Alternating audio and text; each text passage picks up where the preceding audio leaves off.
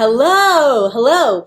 Welcome. I'm Paula, the host of the Afford Anything podcast, and I'm here to answer a question that I have received from a lot of my podcast listeners, which is, how do I buy a home given that homes are more expensive now than they've ever been, and also that mortgage interest rates are high?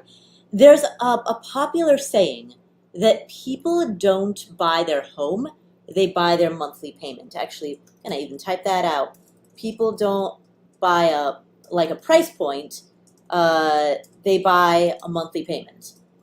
And what that means is that when people are making home buying decisions, they aren't thinking about the total price. They're not like, this home costs $500,000. I mean, that thought enters your mind, of course, but the primary decision-making metric that most home buyers, particularly owner-occupants, use is, what is the monthly payment? Now, one of the advantages to living in a high-interest rate environment, and right now mortgage rates are at the highest point that they've been at since the year 2000, so we're in, relative to the last 23 years, a high interest rate environment. Relative to historic averages, it's actually kind of normal. People don't like hearing that, but it's true. Given that we are in this high interest rate environment, it means that necessarily any home that you buy, you're going to be buying, let's say, at the maximum of your monthly payment amount.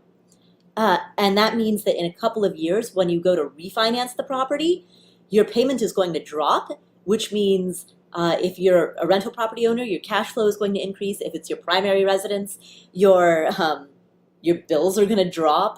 So the nice thing about being in a high interest rate environment is that it forces you to buy a less expensive home than you otherwise would. And it means that down the road, a couple of years from now, when interest rates drop and you refinance, you will be in a much better cash position than you're in today. So you're essentially front-loading the pain, which is nice. It's nice for the future you, 2, 3, 4, 5 years from now, but that doesn't help the you of today. So let's find some solutions for the you of today. If you are buying locally, I'm going to divide this into buying locally versus buying out of state. If you're buying locally, one of the primary ways that you can find something with payments that are within your grasp is through house hacking. Now, house hacking is the practice of, house hacking is the practice of buying a multi-unit residence, so a single-family duplex, not a single-family, a duplex, triplex, or fourplex. You buy a multi-unit residential. As long as it's 4 or fewer units, you can get the same financing that you would get on a single-family home. So you have the same primary residence owner-occupant financing. You buy that property. You live in one of the units. You rent out the others, and by virtue of doing that, by virtue of buying that residential multi-unit, you're able to offset a lot of your out-of-pocket costs. So house hacking, regardless of whether you are a primary resident or you're trying to buy your first rental property, is a really good way to go, particularly in an expensive environment like what we're living in right now. Now, the other option is if you are buying out of state, you're going to want to engage in a practice that investors refer to as scuttlebutt. And what that means is that prices rise and rents rise, but they don't always rise in tandem, right?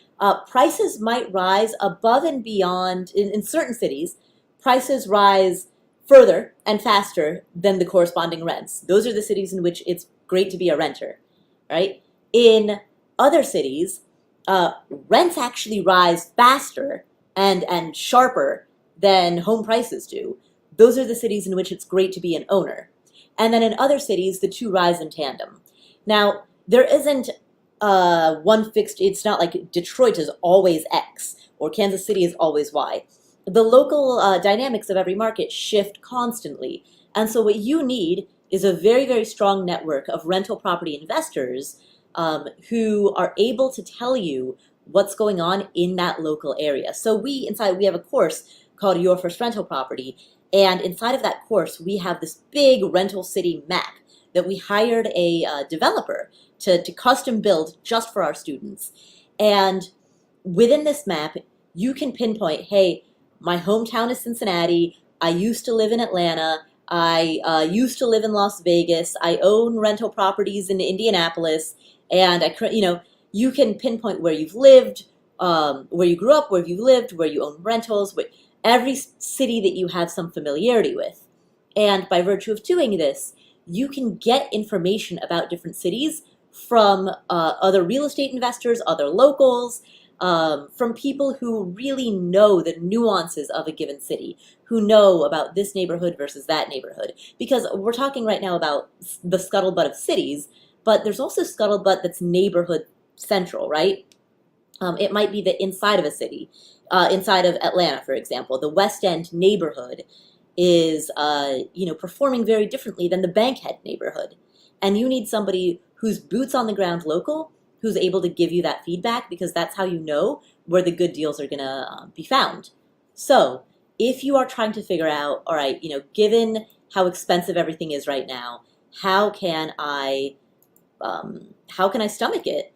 What I would say is Scuttlebutt for buying out of state, and that involves having a strong network, or Househack if you're buying locally. Those are the two options. And by virtue of scuttlebutting, you're going to need a really strong investor network. So you can join our course, Your First Rental Property, which is available for just a couple more days. We're shutting our doors on Thursday. Or you can tap into, we have an Afford Anything community at affordanything.com/community. But make sure you tap into a really strong network of investors who can give you that boots on the ground information. So, and remember, the monthly payment that you're going to have right now is the highest it's the highest interest rate, at least, that it's reasonably going to be. Yeah, your property taxes and homeowner's insurance, will go up over time.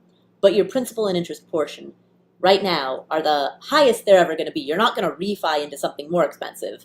So you're only going to refi into something that's cheaper, which means the principal and interest portion on any monthly payment that you have is going to be cheaper in the future if you refi than it is today.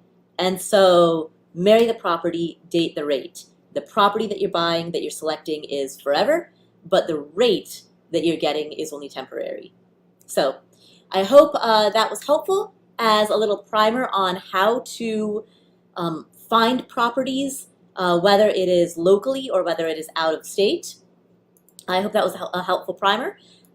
Please like, subscribe, comment, and don't forget to check out our course, Your First Rental Property, which is available until Thursday.